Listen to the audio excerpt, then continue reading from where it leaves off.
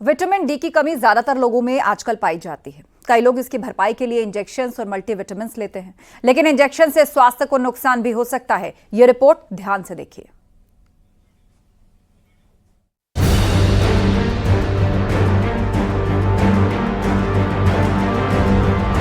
भागदौड़ भरी जिंदगी के बीच स्वास्थ्य का ध्यान न दिया जाए तो परेशानियां बढ़ सकती हैं। बदलती लाइफस्टाइल के साथ बीपी, शुगर की बीमारी आम होती जा रही है।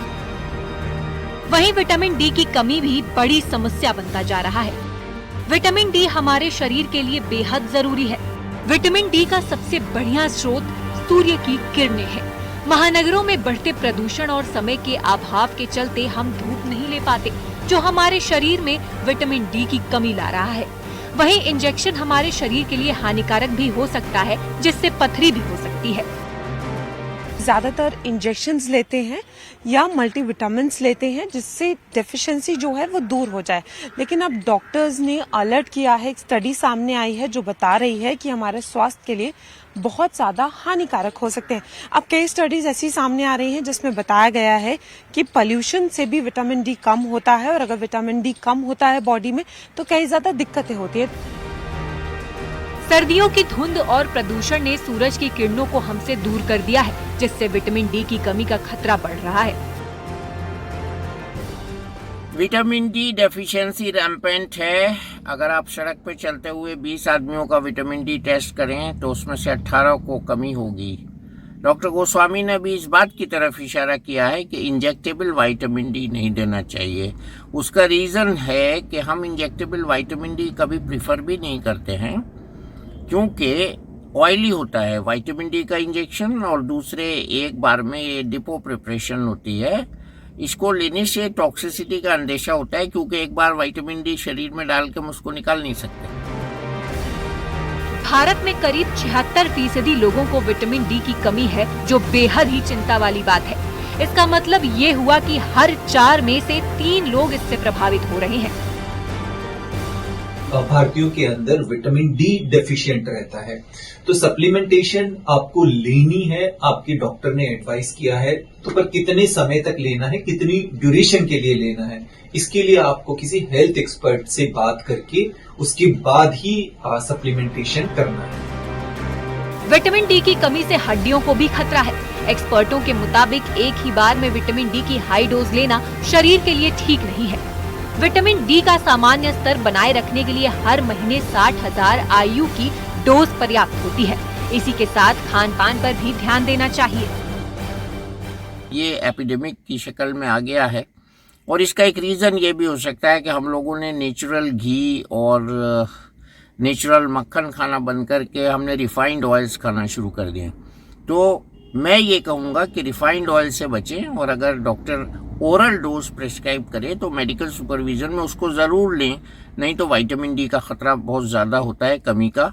टॉक्सिसिटी इसकी इंजेक्टेबल से होती है, ओरल से नहीं होती। सर्दियों में धूप लेना बेहद फायदेमंद है। सुबह 10 बजे से दोपहर 2 बजे तक आधे घंटे की धूप लेना बेहद जरूरी है, क्योंकि कई बार लोगों को लगता है कि वो मेडिसिन लेंगे तो बहुत लंबा टाइम लगेगा, इंजेक्शन से जो डेफिशिएंसी है वो जल्द से जल्द दूर हो जाएगी। डेफिशिएंसी भले ही दूर हो जाए, लेकिन जो साइड इफेक्ट्स हैं वो आगे चलकर बहुत ज़्यादा परेशान कर सकते हैं। और डॉक्टर्स का कहना है जो एक नेचुरल तरीका है कि आप सन एक्सपोजर में रहें, उससे विटामिन डी की जो प्रॉब्लम है वो नहीं होगी, डेफिशिएंसी जो है वो नहीं होगी। तो बहुत ज़्यादा ज़रूरी है कि इंजेक्शन लेते हुए इन सब बातों का ध्यान रखा जाए। कैमरामैन सोनू के साथ फराह खान, न्यूज़ 18 दिल्ली।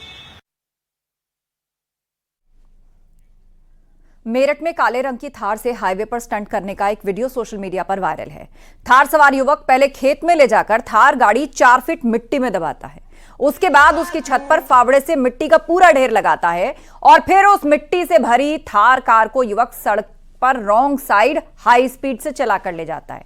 जिस तरह युवक ने थार को रॉन्ग साइड में तेज गति से चलाया है, उससे अपनी और दूसरों की जान को खतरे में डाला है। वहीं थार की छत से उड़ती हुई धूल कई वाहन सवारों की आंखों में गई है, और इसके कारण लोगों को वाहन चलाने में परेशानी हुई, बड़ा हादसा होने से बचा। मेरठ पुलिस ने अब इस वायरल वीडियो का संज्ञान लिया। कार के नंबर के आधार पर आरोपी की तलाश की जा रही है।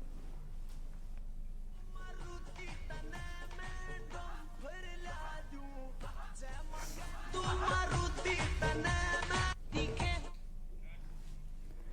गाजियाबाद का राजू, जिसे 31 साल पहले अगवा कर लिया गया था, वो अब घर वालों के पास पहुंच गया है, जिससे घर में रौनक लौट आई है। लेकिन राजू ने न्यूज 18 को जो बताया वो झकझोर देने वाला है। राजू को खाने के लिए एक रोटी दी जाती थी। जब उसे गाजियाबाद के पुलिस थाने में गुलाब जामुन दिया गया तो वो उसे पहचान तक नहीं पाया। आरोपियों ने जहां उसे गुलाम बनाकर रखा, वहीं उसे समाज से दूर कर दिया।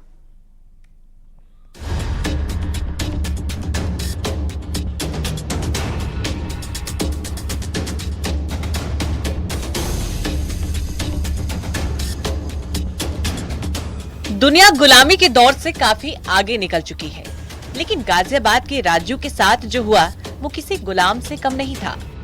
राजू की कहानी पूरी तरह फिल्मी लगती है, लेकिन उसने 31 साल तक जो सहा वो कोई आम इंसान महसूस भी नहीं कर सकता। इतने सालों तक वो केवल एक रोटी पर जिंदा था, जो उसे तमाम यातना सहने के बाद मिलती थी। क्या ऐसा हो सकता है कि कोई समोसा और गुलाब जामुन को ना पहचाने? लेकिन 38 साल के राजू के लिए ये बिल्कुल नया था। वो गाजियाबाद के पुलिस स्टेशन पहुंचा। थाने में पुलिस कर्मियों ने उसे गुलाब जामुन दिया। वो अचंभे से देख रहा था कि जैसे वो पहचानता ही ना हो। इसके बाद जब ब्रेड पकौड़ा लाया गया तो राजू के लिए वो भी नया था। 31 साल वहाँ रहे, क्या क्या खाने को मिलता था? एक रोटी देते और दिन में 8-10 बार चाय देते थे। चाय देते थे? बेड बकेट में दूध। अच्छा, और शाम के टाइम बांध देते थे। बांध देते थे। अच्छा, कभी कोई मिठाई वगैरह खाई? कुछ नहीं देखा। नहीं, रोटी दाल के सिवा चाय के सिवा कुछ नहीं देखा। कुछ नहीं देखा आपने? अच्छा, जब आए थे आपके भाई तो आपने इन्हें कुछ खिलाया था, रसगुल्ला वगैरह? नहीं था, वहाँ थोड़ा खाने में खिलाया था। तो ये कहने लगे कि ये मैं नहीं जानता। तो ये बोला कि ये क्या है। पुलिस वालों ने कहा कि ये रसगुल्ला है, बेटा खा ले। तो इसे 2 दिए तो एक खाया। एक खाया? हाँ जी। मतलब रसगुल्ला भी इसको नहीं पता नहीं है? पता। राजू 31 साल तक राजस्थान के जैसलमेर में था। आरोपी उसे खेत के बीच बनी झोपड़ी में रखते थे। वो भेड़ बकरियां चराता। आरोपी इतने शातिर थे कि उसे बंधक बना लिया था। रात में राजू भाग न जाए इसके लिए वो उसे पूरे दिन बेड़ियों से बांध कर रखते थे। उसके साथ अक्सर मारपीट होती थी। पूरे दिन में उसे चाय और रात के वक्त एक रोटी खाने को मिलती थी, जिसकी वजह से उसकी जिंदगी से खाने पीने की दूसरी चीजें पूरी तरह गायब थी। राजू को मोबाइल, लैपटॉप और टीवी के बारे में भी नहीं पता था। जिस वक्त उसका अपहरण हुआ था वो महज 7 साल का था। उस वक्त 20 पैसे 50 पैसे चलते थे। राजू को 100 और 500 के नोट के बारे में भी नहीं पता था। तो बाहर की दुनिया कभी नहीं देखी राजू? नहीं, वहाँ रेत के बड़े बड़े टीले हैं, मैं टीलों में रहा हूँ बस। अच्छा, बाहर का कुछ नहीं दिखा तुम्हें? वहाँ रोड भी 30-40 किलोमीटर दूर पड़ जाती है वहाँ से। 30-40 किलोमीटर दूर? तो कभी कोई गाड़ी, कोई मोबाइल, कुछ नहीं? कुछ नहीं। ऊँट गाड़ा देखा ये है। पहली बार देखा है? ये क्या पहली बार देखा। क्या है ये? ये पुलिस वाले दीदी बोली ये देखे तो मैंने कहा दीदी क्या चीज़ है, मैं नहीं जानता। अब पता है आपको क्या है? नहीं, दीदी बताती थी ये मोबाइल है राजू। हाँ, जो दीवार पे लगी थी वहाँ थाने में। हाँ। वो दीदी बोली ये जानते हो? मैंने कहा नहीं। हाँ। बोली ये कंप्यूटर है, ये टीवी है। राजू ने बताया कि एक बार तो जुल्म की इंतहा हो गई थी। मुक्का मारकर उसका जबड़ा और हाथ तोड़ दिया गया था। इसी वजह से राजू को बोलने में दिक्कत भी होती है। वो अपने घर लौटना चाहता था, लेकिन वो आरोपियों की चंगुल से कभी बाहर नहीं निकल पाया। राजू की दर्द भरी दास्तां सुनकर उसके घर वालों के आंसू निकल गए। माँ तो उम्मीद छोड़ चुकी थी कि कभी उसके बेटे से दोबारा मुलाकात हो पाएगी। गाजियाबाद में साल 1993 में राजू का अपहरण हुआ था। राजू को एक टेम्पो वाला अगवा करके राजस्थान ले गया और तब से वो अपहरण करने वालों के चंगुल से जैसलमेर में था। उसकी जिंदगी नर्क बन चुकी थी। राजू के मुताबिक जैसलमेर से भागने में उसकी मदद एक ट्रक वाले ने की, जिसकी वजह से वो दिल्ली होता हुआ गाजियाबाद आ पाया। पुलिस की जांच में सामने आया कि अपहरण के बाद उसके पिता से 7,40,000 की फिरौती भी मांगी गई, लेकिन वो इतने पैसे का इंतजाम नहीं कर पाए। राजू के घर लौटने से रौनक आ गई। अब उसके घर वाले उसकी शादी कराने की बात भी कह रहे हैं। वहीं राजू भी अपनों के बीच आकर खुश है। अब वो झोपड़ी और जंजीरों को याद नहीं रखता। वहीं पुलिस का कहना है कि राजू अभी डरा हुआ है। जब सामान्य हो जाएगा तो आरोपियों के बारे में पूछताछ की जाएगी। गाजियाबाद से न्यूज़ 18 के लिए अमित राणा की रिपोर्ट। शादी के बाद दुल्हन की विदाई या कार से या फिर डोली से होती हुई आपने देखी होगी। वहीं इन दिनों दुल्हन की हेलीकॉप्टर से विदाई करने का एक ट्रेंड भी चल पड़ा है। आगरा में शादी के बाद दूल्हा और दुल्हन हेलीकॉप्टर से अपने घर पहुंचे।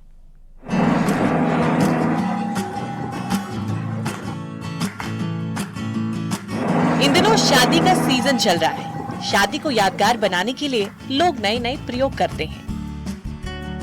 आगरा में एक शादी की चर्चा खूब हो रही है, क्योंकि यहाँ शादी के बाद दुल्हन की विदाई डोली या कार से नहीं बल्कि हेलीकॉप्टर से हुई। आगरा के अकोला चाहर बाटी गांव के चौधरी चरण सिंह महाविद्यालय के मैदान में हेलीकॉप्टर से दूल्हा दुल्हन उतरे, जिन्हें देखने के लिए भीड़ लग गई। दुल्हन हेलीकॉप्टर से अपने ससुराल पहुंची। कई ग्रामीण तो दूर दूर से हेलीकॉप्टर के साथ सेल्फी लेने लगे। दूल्हा दुल्हन के लिए भी उनकी शादी बेहद यादगार बन गई। अकोला चाहर बाटी गांव के रहने वाले विवेक की शादी गुरुग्राम की रहने वाली नेहा से तय हुई। बुधवार को दोनों की शादी गुरुग्राम में हुई थी। जब विदाई की बारी आई तो सब हैरान रह गए। दूल्हा दुल्हन को लेने हेलीकॉप्टर आया था।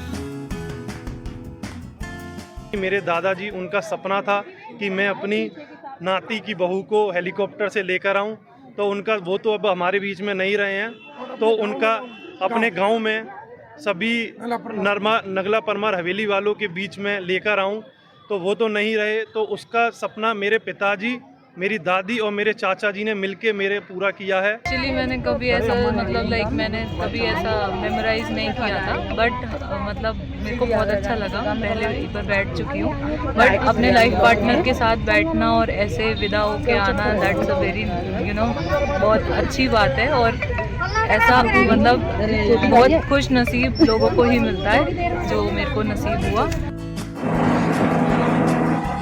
ग्रामीणों के लिए भी ये एक तरह का नया अनुभव था। आज तक कोई भी दूल्हा अपनी दुल्हन को इस तरह हेलीकॉप्टर से नहीं लेकर आया था। एहतियात के तौर पर इस दौरान पुलिस और फायर ब्रिगेड की टीम भी मौके पर मौजूद रही। अकोला चाहर बाटी और आसपास के इलाकों में इस शादी की बहुत चर्चा हो रही है।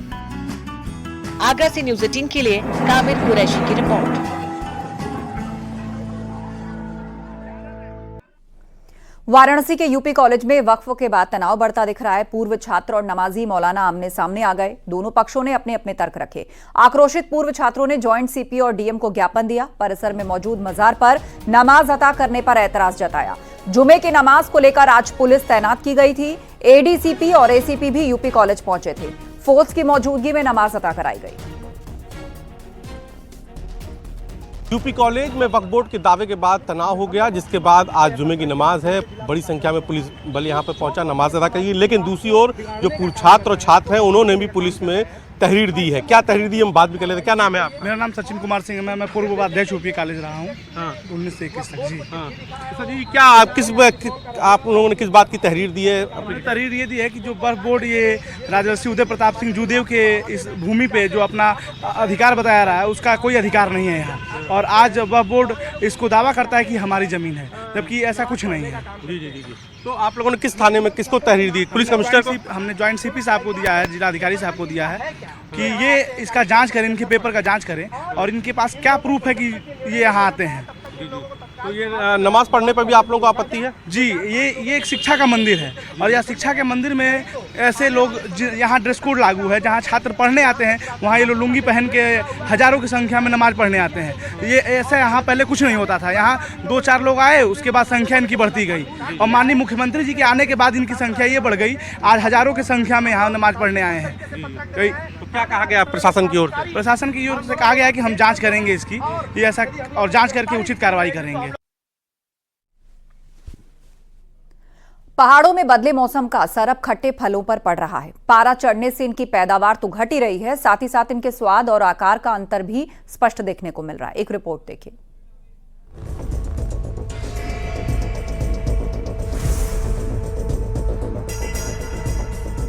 अब से कुछ समय पहले ही सर्दियों में पहाड़ खट्टे फलों से लकदक रहता था। आलम ये था कि सर्द मौसम में संतरे, नींबू, माल्टा और बड़ा नींबू लोगों के स्वाद में इजाफा लाता था। वहीं ग्रामीण इलाकों में ये मौसमी रोजगार भी मुहैया कराता था। पहाड़ में कई इलाके तो ऐसे भी थे जहां की इकोनॉमी सिर्फ और सिर्फ इन फलों पर टिकी थी। लेकिन बीते कुछ सालों में पारा चढ़ने से यहाँ बहुत कुछ बदल गया है। हालात ये है कि जिन इलाकों में इन फलों की भारी पैदावार होती थी, वहाँ आज ये 60% तक घट गई है।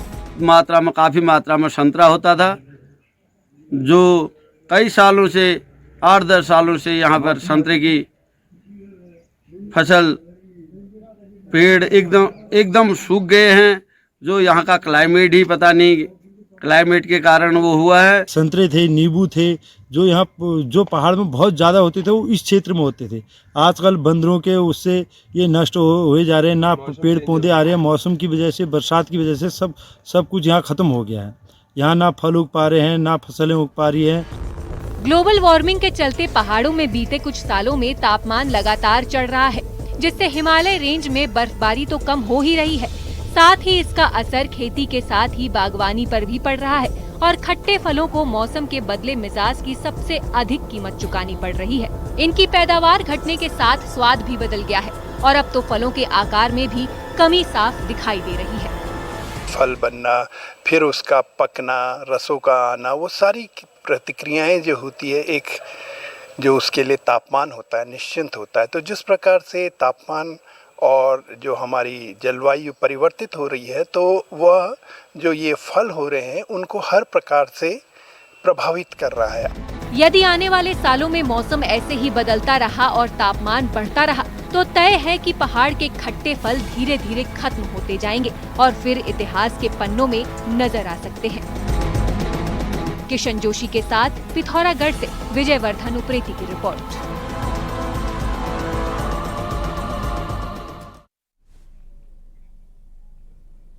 महाकुंभ मेले से पहले जमीन आवंटन को लेकर साधु संतों की नाराजगी सामने आई है। खाक चौक से व्यवस्था समिति से जुड़े संतों ने मेला कार्यालय के बाहर प्रदर्शन शुरू कर दिया है। खाक चौक व्यवस्था समिति के साधु संत संतोष दास उर्फ सतुआ बाबा के नेतृत्व में धरने पर बैठ गए हैं।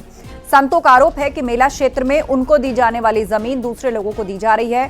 खाक चौक व्यवस्था समिति के महामंत्री संतोष दास उर्फ सतुआ बाबा ने अब चेतावनी दी है कि अगर उनकी मांग नहीं मानी गई तो वो लोग कुंभ मेला क्षेत्र छोड़कर ही अपने आश्रमों में चले जाएंगे। तो मेला ऑफिस के बाहर प्रदर्शन किया गया। मनपसंद जमीन आवंटन। खाक चौक व्यवस्था समिति के हमारे प्रधानमंत्री श्री संतोष दास सतुआ बाबा जी महाराज के नेतृत्व में हम लोग यहाँ पे धरना प्रदर्शन पे बैठे हैं। हमारी खाक चौक 12 मासी हम लोग यहाँ पे मुकाम लगाते हैं, जिससे ज़मीन की मांग कर रहे हैं। यहाँ का प्रशासन ज़बरदस्ती जो है वहाँ पे खालसा बसा रहा है और अवैधानिक रूप से कब्जा कर रहा है और हम लोगों को 5 नंबर भेज रहा है। 5 नंबर में भी कोई व्यवस्था नहीं है सही, इसलिए हम लोग थोड़ा धरना प्रदर्शन कर रहे हैं अपनी मांग की। अगर आपके माध्यम से मैं कहना चाहूँगा कि कोई वरिष्ठ अधिकारी आके हमारी बात को सुन ले, अगर हम सही हैं तो हमारी बात को कुछ बताएं और गलत हैं तो हम लोगों को मना कर दें। क्या करेंगे? कुछ नहीं करेंगे। हम लोग एक बार सभी संतों का कहना है कि हम लोग हाई कोर्ट में प्रार्थना करेंगे। अगर वहाँ भी सुनवाई नहीं होगी तो कुंभ मेला में हम लोग नहीं लगाएंगे। ऐसा अभी तक हम लोगों ने विचार किया है। और हमारे सहयोगी सर्वेश दुबे फोन लाइन पर है। सर्वेश, कोई समाधान निकला अभी तक इस पूरी बात का? और की वार्ता मेलाधिकारी से हो चुकी है, लेकिन संत अभी मानने को तैयार नहीं है। संतों का यह आरोप है कि उन्हें जो जमीन मिलती थी 2019 में किसी कारण से उन्हें हटाया गया था स्थान से और समझौता हुआ था कि 2025 में पुरानी जगह उन्हें दी जाएगी, लेकिन इनका आरोप है कि खालसा को वो जमीन दी जा रही है, जिसको लेकर उनकी नाराजगी है। उनका कहना है कि उन्हें वही जमीन दी जानी चाहिए। इनका कहना है कि करीब 350 मुकामदारी खाक चौक व्यवस्था समिति के अंतर्गत आते हैं, जिनमें 10,000 से ज्यादा संत महात्मा है। उन्हें 185 बीघे जमीन जहां पर मिलती थी वहीं पर दी जाए। मेला प्रशासन का ये कहना है कि जहां पर उन्हें दी जाती थी वहीं पर दी गई है, क्योंकि गंगा के का कटान होता है। गंगा के कटान की वजह से कुछ जो भौगोलिक स्थिति होती है उसमें बदलाव भी होता है। इस हिसाब से ये कहा जा रहा है मेला प्रशासन को जो उपलब्ध भूमि है उसमें से उन्हें उतनी भूमि दी जाएगी। अभी संत राजी नहीं है और लगातार धरने पर बैठे हुए हैं। जी बिल्कुल, और उन्होंने स्पष्ट किया है कि अगर उनकी मनपसंद जमीन नहीं उनको आवंटित की गई तो फिर वो कुंभ मेले में अपना शिविर नहीं लगाएंगे। शुक्रिया अपडेट के लिए सर्वेश।